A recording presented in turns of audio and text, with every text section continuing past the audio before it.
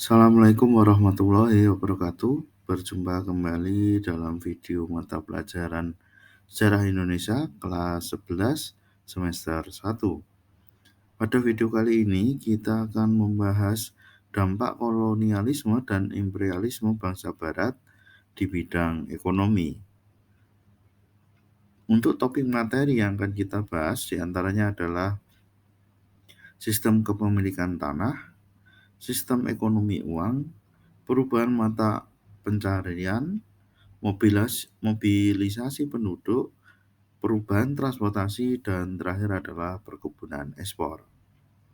Mari kita masuk ke topik materi yang pertama, yaitu dampak kolonialisme dan imperialisme di bidang ekonomi yang dilakukan oleh bangsa Inggris.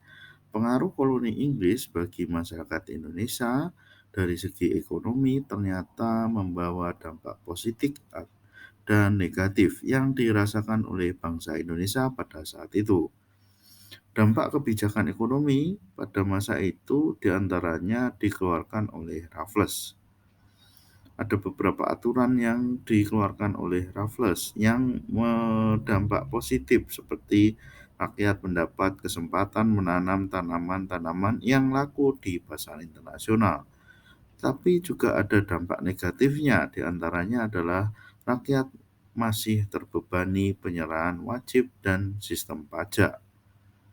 Yang kedua adalah kepemilikan tanah rakyat terancam karena dijual kepada pihak swasta untuk usaha penanaman kopi. Yang ketiga adalah rakyat masih terbebani sistem kerja rodi dan perbudakan bagi rakyat yang tidak mempunyai lahan. Selain itu juga rakyat terbebani oleh aturan sistem sewa tanah atau land rent system dengan membayar sewa kepada pemerintah kolonial. Dampak selanjutnya adalah dari bangsa Belanda. Dampak kolonialisme dan imperialisme bidang ekonomi yang dilakukan oleh bangsa Belanda diantaranya adalah mulai dikenalkannya sistem kepemilikan tanah. Tanah milik rakyat yang berada di kekuasaan raja itu pada masa dulu. Kemudian ketika adanya perjanjian raja dengan Belanda yang mengharuskan kerajaan menyerahkan wilayah kekuasaan kepada Belanda mungkin karena peperangan ataupun karena hutang. Terjadi perubahan semua tanah milik pemerintah Hindia Belanda yang disewakan kepada rakyat untuk digarap sebagai bentuk pajak.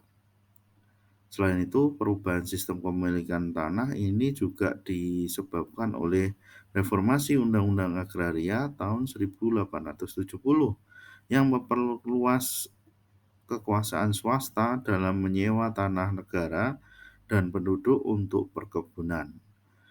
Tanah tanpa bukti kepemilikan akan menjadi tanah negara atau domain vaclaring. Sistem kepemilikan tanah pada waktu itu diantaranya adalah tanah petani sebagai tanah negara tak bebas, sedangkan tanah tak bertuan digolongkan sebagai tanah negara bebas. Dampak di bidang ekonomi selanjutnya adalah sistem ekonomi uang. Transaksi ekonomi pada awalnya menggunakan barter ataupun uang kerajaan seperti gepeng. Namun, pada saat Belanda datang, Belanda mengenalkan sistem uang Belanda yang digunakan dalam aktivitas perdagangan. Sistem uang selanjutnya diperkenalkan kepada para penguasa lokal seperti bupati dan lain-lain yang diangkat sebagai pegawai koloni dan mendapatkan gaji sebagai pengganti upeti. Mulai dari saat itulah uang dipergunakan oleh para pejabat. Di kalangan penduduk, uang juga dikenalkan sistem uang melalui penyewaan lahan untuk perkebunan yang dilakukan oleh swasta. Selain itu juga ketika terjadinya penjualan produk di perkebunan mereka. Dampak selanjutnya adalah perubahan mata pencarian. Sebagian besar penduduk sebelum koloni memiliki pekerjaan sebagai petani maupun pedagang dan nelayan.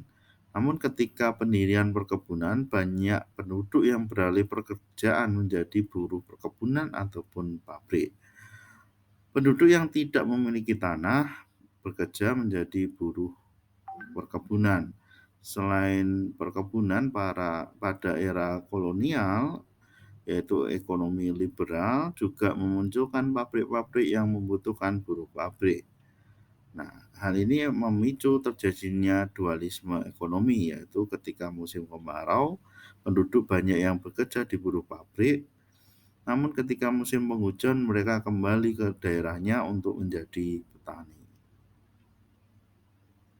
Dampak selanjutnya adalah mobilisasi penduduk.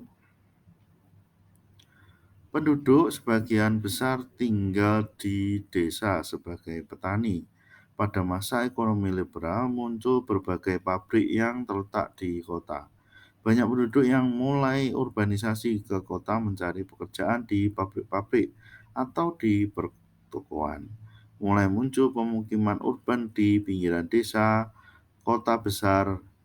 Belanda juga mulai mengatur pola pemukiman di perkotaan dan membuat pemisah antar etnis.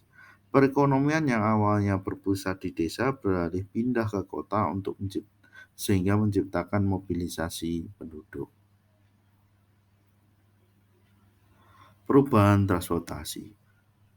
Jaringan transportasi masih menggunakan delman dan jalan kaki dan perairan sungai. Namun ketika kolonial datang, pusat perekonomian juga berkembang.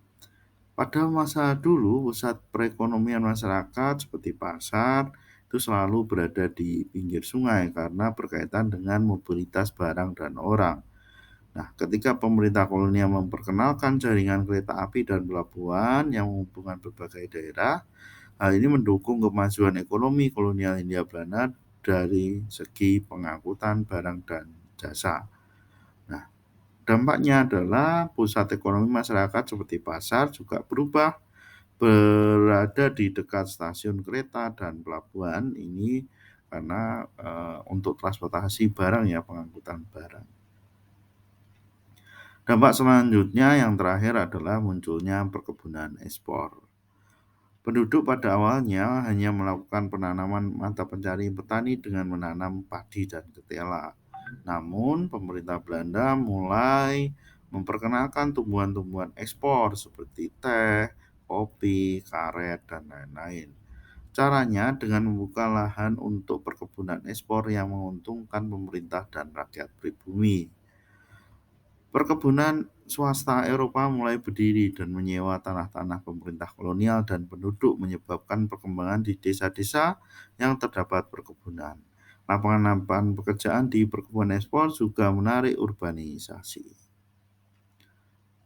Demikian video pembelajaran kali ini. Apabila ada kekurangan saya mohon maaf. Sampai jumpa dalam video pembelajaran selanjutnya.